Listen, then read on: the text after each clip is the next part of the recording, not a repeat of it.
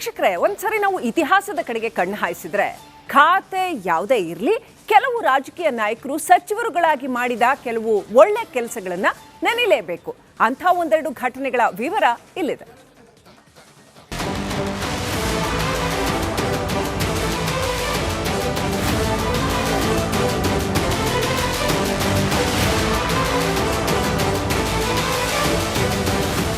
ಕರ್ನಾಟಕ ರಾಜ್ಯದ ಇತಿಹಾಸದಲ್ಲಿ ಕೆಲ ರಾಜಕೀಯ ನಾಯಕರು ಸಚಿವರಾಗಿದ್ದಾಗ ತಮ್ಮ ಹೆಜ್ಜೆಗುರುತುಗಳನ್ನು ಉಳಿಸಿ ಹೋಗಿದ್ದಾರೆ. ಚರಿತ್ರೆ ನೆನೆಯುವಂತಹ ಕೆಲಸಗಳನ್ನು ಮಾಡಿದ್ದಾರೆ. ರಾಜಕೀಯ ವಿಶ್ಲೇಷಕರಾದ ಬಿ ಸಮೀವುಲ್ಲಾ ಅವರು ಕಂಡಂತೆ ಮುಖ್ಯಮಂತ್ರಿ ದೇವರಾಜ ಅರಸರ ಸಂಪುಟದಲ್ಲಿ ಮಂತ್ರಿಯಾಗಿದ್ದ ಬಿ ಬಸವಲಿಂಗಪ್ಪನವರು ಮಾಡಿದ ಕೆಲಸ ಸ್ತುತ್ಯಾರ್ಹ.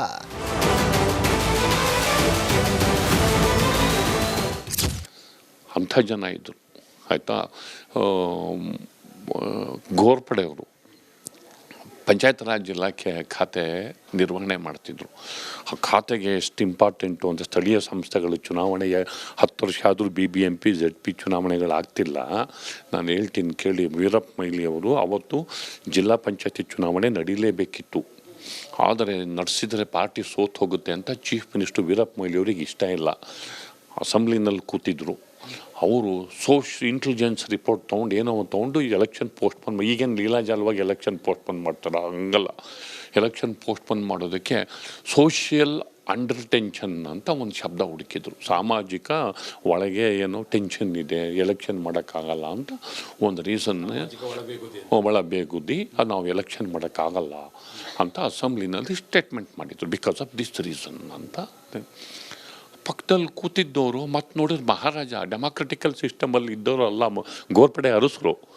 ಅವರು ಎದ್ದು ನಿಂತು, ನನ್ನ ಮುಖ್ಯಮಂತ್ರಿ ಮಾತಿಗೆ ನನಗೆ ಸಹಮತ ಇಲ್ಲ, ನಾನು ಚುನಾವಣೆಗೆ ಬಂದಿದ್ದಾನೆ, ಡೆಮಾಕ್ರೆಟಿಕಲ್ ಸಿಸ್ಟಮಲ್ಲಿ ಚುನಾವಣೆ ನಡೀದೇ ಹೋದರೆ ನಾನು ಯಾಕೆ ಮಂತ್ರಿ ಇರಬೇಕು, ನಾನು ರಾಜಭವನಕ್ಕೆ ಹೊರಟೆ ಅಂತ ಅಸೆಂಬ್ಲಿನಲ್ಲಿ ಅನೌನ್ಸ್ ಮಾಡಿಬಿಟ್ರು. ಹೊಟ್ಟೋದ್ರು ಕ್ಯಾಮ್ರಾ ತಗ್ಲಿಕ್ಕೆ ಹಾಕ್ಕೊಂಡು ಅವರು ನಾಗರಹೊಳೆ ಫಾರೆಸ್ಟಿಗೆ ಶೂಟಿಂಗ್, ವನ್ಯಜೀವಿ ಶೂಟ್ ಮಾಡೋಕ್ಕೆ ಹೊಟ್ಟೋದ್ರು. ಇಂಥ ಜಗತ್ತು ಇದೆ, ಇಂಥ ಜನನೂ ಇದ್ದಾರೆ. ರಿಸೈನ್ ಮಾಡಿಬಿಟ್ರು, ಬರಲೇ ಇಲ್ಲ, ಹೊರಟೋದ್ರು. ಇವರಷ್ಟೇ ಅಲ್ಲ, ಮಾಜಿ ಪ್ರಧಾನಿ HD ದೇವೇಗೌಡರು ಜಲಸಂಪನ್ಮೂಲ ಹಾಗೂ ಲೋಕೋಪಯೋಗಿ ಸಚಿವರಾಗಿ ಮಾಡಿದ ಕೆಲಸಗಳು ಇಂದಿಗೂ ಸ್ಮರಣೀಯ. ಅತ್ತ ಮಲ್ಲಿಕಾರ್ಜುನ ಖರ್ಗೆಯವರು ಗೃಹ, ಸಾರಿಗೆ ಸೇರಿದಂತೆ ಹಲವು ಖಾತೆಗಳ ನಿರ್ವಹಿಸಿದಾಗ ಉಳಿಸಿ ಹೋದಂಥ ಛಾಪು ಇಂದಿಗೂ ಇದೆ. ಮಾಜಿ CM ಧರ್ಮಸಿಂಗ್ ಅವರು ಸಹ ಲೋಕೋಪಯೋಗಿ ಸಚಿವರಾಗಿ ಮಾಡಿದ ಕೆಲಸ ಶ್ಲಾಘನೀಯ.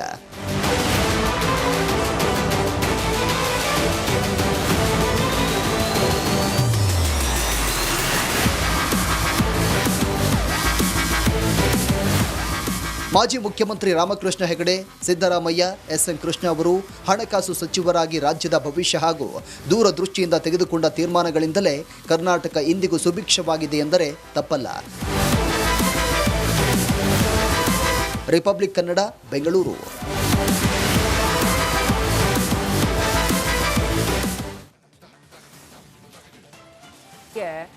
ಈ ನರ್ತನ ಚೆನ್ನಾಗಿ ಮಾಡಕ್ಕೆ ಬರೋರಿಗೆ ನೆಲ ಹೇಗೆ ಇದ್ರೂ ಅವ್ರು ಕುಣಿತಾರೆ. ಅಲ್ಲಿ ಅವ್ರಿಗೆ ಬರುತ್ತಾ ಇಲ್ವಾ, ಅವ್ರಿಗೆ ದಕ್ಷತೆ ಇದೆಯಾ ಇಲ್ವಾ ಅನ್ನೋದಷ್ಟೇ ಮ್ಯಾಟ್ರ್ ಆಗೋದು.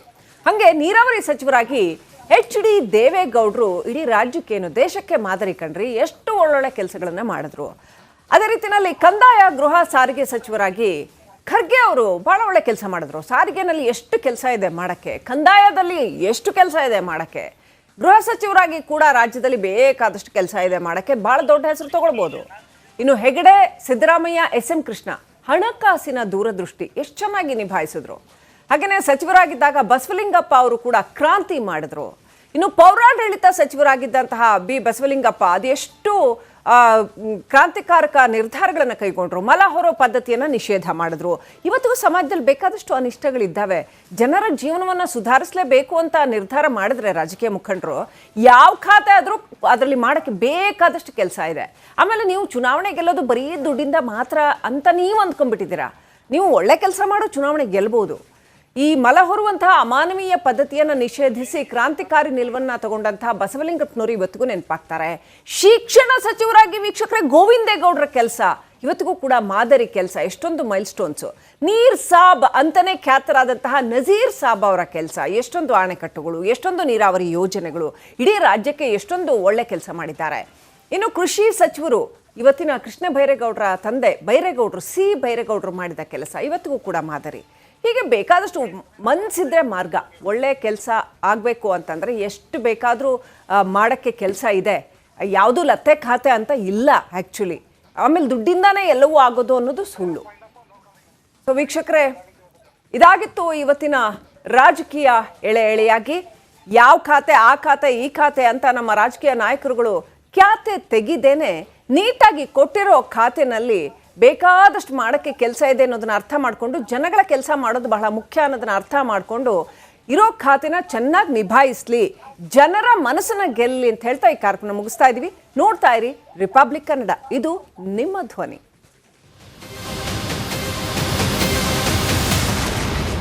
ವೀಕ್ಷಕರೇ, ಒಂದ್ಸರಿ ನಾವು ಇತಿಹಾಸದ ಕಡೆಗೆ ಕಣ್ಣು ಹಾಯಿಸಿದ್ರೆ, ಖಾತೆ ಯಾವುದೇ ಇರಲಿ, ಕೆಲವು ರಾಜಕೀಯ ನಾಯಕರು ಸಚಿವರುಗಳಾಗಿ ಮಾಡಿದ ಕೆಲವು ಒಳ್ಳೆ ಕೆಲಸಗಳನ್ನ ನೆನಲೇಬೇಕು.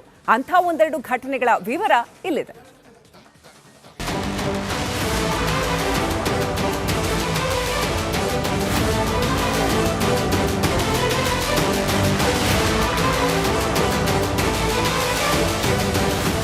ಕರ್ನಾಟಕ ರಾಜ್ಯದ ಇತಿಹಾಸದಲ್ಲಿ ಕೆಲ ರಾಜಕೀಯ ನಾಯಕರು ಸಚಿವರಾಗಿದ್ದಾಗ ತಮ್ಮ ಹೆಜ್ಜೆಗುರುತುಗಳನ್ನು ಉಳಿಸಿ ಹೋಗಿದ್ದಾರೆ.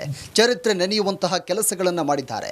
ರಾಜಕೀಯ ವಿಶ್ಲೇಷಕರಾದ ಬಿ ಸಮೀವುಲ್ಲಾ ಅವರು ಕಂಡಂತೆ ಮುಖ್ಯಮಂತ್ರಿ ದೇವರಾಜ ಅರಸರ ಸಂಪುಟದಲ್ಲಿ ಮಂತ್ರಿಯಾಗಿದ್ದ ಬಿ ಬಸವಲಿಂಗಪ್ಪನವರು ಮಾಡಿದ ಕೆಲಸ ಸ್ತುತ್ಯಾರ್ಹ.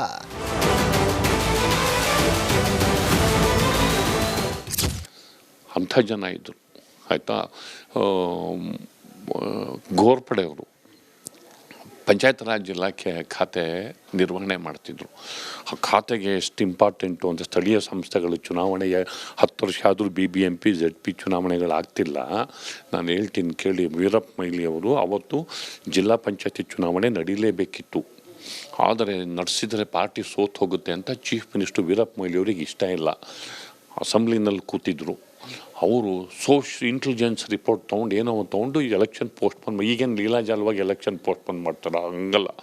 ಎಲೆಕ್ಷನ್ ಪೋಸ್ಟ್ಪೋನ್ ಮಾಡೋದಕ್ಕೆ ಸೋಷಿಯಲ್ ಅಂಡರ್ ಟೆನ್ಷನ್ ಅಂತ ಒಂದು ಶಬ್ದ ಹುಡುಕಿದ್ರು. ಸಾಮಾಜಿಕ ಒಳಗೆ ಏನೋ ಟೆನ್ಷನ್ ಇದೆ, ಎಲೆಕ್ಷನ್ ಮಾಡೋಕ್ಕಾಗಲ್ಲ ಅಂತ ಒಂದು ರೀಸನ್, ಒಳಬೇಗುದಿ, ನಾವು ಎಲೆಕ್ಷನ್ ಮಾಡೋಕ್ಕಾಗಲ್ಲ ಅಂತ ಅಸೆಂಬ್ಲಿನಲ್ಲಿ ಸ್ಟೇಟ್ಮೆಂಟ್ ಮಾಡಿದರು. ಬಿಕಾಸ್ ಆಫ್ ದಿಸ್ ರೀಸನ್ ಅಂತ. ಪಕ್ಕದಲ್ಲಿ ಕೂತಿದ್ದವರು ಮತ್ತು ನೋಡಿದ್ರೆ ಮಹಾರಾಜ, ಡೆಮಾಕ್ರೆಟಿಕಲ್ ಸಿಸ್ಟಮಲ್ಲಿ ಇದ್ದವರು ಅಲ್ಲ, ಗೋರ್ಪಡೆ ಅರಸರು. ಅವರು ಎದ್ದು ನಿಂತು, ನನ್ನ ಮುಖ್ಯಮಂತ್ರಿ ಮಾತಿಗೆ ನನಗೆ ಸಹಮತ ಇಲ್ಲ, ನಾನು ಚುನಾವಣೆಗೆ ಬಂದಿದ್ದಾನೆ, ಡೆಮಾಕ್ರೆಟಿಕಲ್ ಸಿಸ್ಟಮಲ್ಲಿ ಚುನಾವಣೆ ನಡೀದೇ ಹೋದರೆ ನಾನು ಯಾಕೆ ಮಂತ್ರಿ ಇರಬೇಕು, ನಾನು ರಾಜಭವನಕ್ಕೆ ಹೊರಟೆ ಅಂತ ಅಸೆಂಬ್ಲಿನಲ್ಲಿ ಅನೌನ್ಸ್ ಮಾಡಿಬಿಟ್ರು. ಹೊಟ್ಟೋದ್ರು ಕ್ಯಾಮ್ರಾ ತಗ್ಲಿಕ್ಕೆ ಹಾಕ್ಕೊಂಡು. ಅವರು ನಾಗರಹೊಳೆ ಫಾರೆಸ್ಟಿಗೆ ಶೂಟಿಂಗ್, ವನ್ಯಜೀವಿ ಶೂಟ್ ಮಾಡೋಕ್ಕೆ ಹೊಟ್ಟೋದ್ರು. ಇಂಥ ಜಗತ್ತು ಇದೆ, ಇಂಥ ಜನನೂ ಇದ್ದಾರೆ. ರಿಸೈನ್ ಮಾಡಿಬಿಟ್ರು, ಬರಲೇ ಇಲ್ಲ, ಹೊರಟೋದ್ರು. ಇವರಷ್ಟೇ ಅಲ್ಲ, ಮಾಜಿ ಪ್ರಧಾನಿ HD ದೇವೇಗೌಡರು ಜಲಸಂಪನ್ಮೂಲ ಹಾಗೂ ಲೋಕೋಪಯೋಗಿ ಸಚಿವರಾಗಿ ಮಾಡಿದ ಕೆಲಸಗಳು ಇಂದಿಗೂ ಸ್ಮರಣೀಯ. ಅತ್ತ ಮಲ್ಲಿಕಾರ್ಜುನ ಖರ್ಗೆ ಅವರು ಗೃಹ, ಸಾರಿಗೆ ಸೇರಿದಂತೆ ಹಲವು ಖಾತೆಗಳ ನಿರ್ವಹಿಸಿದಾಗ ಉಳಿಸಿ ಹೋದಂಥ ಚಾಪು ಇಂದಿಗೂ ಇದೆ. ಮಾಜಿ CM ಧರ್ಮಸಿಂಗ್ ಅವರು ಸಹ ಲೋಕೋಪಯೋಗಿ ಸಚಿವರಾಗಿ ಮಾಡಿದ ಕೆಲಸ ಶ್ಲಾಘನೀಯ.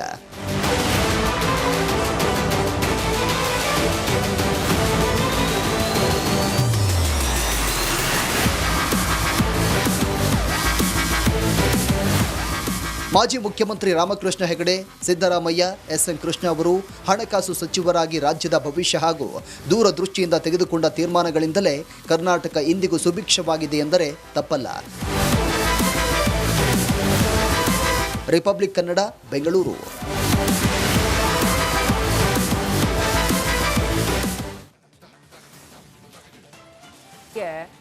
ಈ ನರ್ತನ ಚೆನ್ನಾಗಿ ಮಾಡಕ್ಕೆ ಬರೋರಿಗೆ ನೆಲ ಹೇಗೆ ಇದ್ರೂ ಅವರು ಕುಣಿತಾರೆ. ಅಲ್ಲಿ ಅವ್ರಿಗೆ ಬರುತ್ತಾ ಇಲ್ವಾ, ಅವ್ರಿಗೆ ದಕ್ಷತೆ ಇದೆಯಾ ಇಲ್ವಾ ಅನ್ನೋದಷ್ಟೇ ಮ್ಯಾಟ್ರ್ ಆಗೋದು.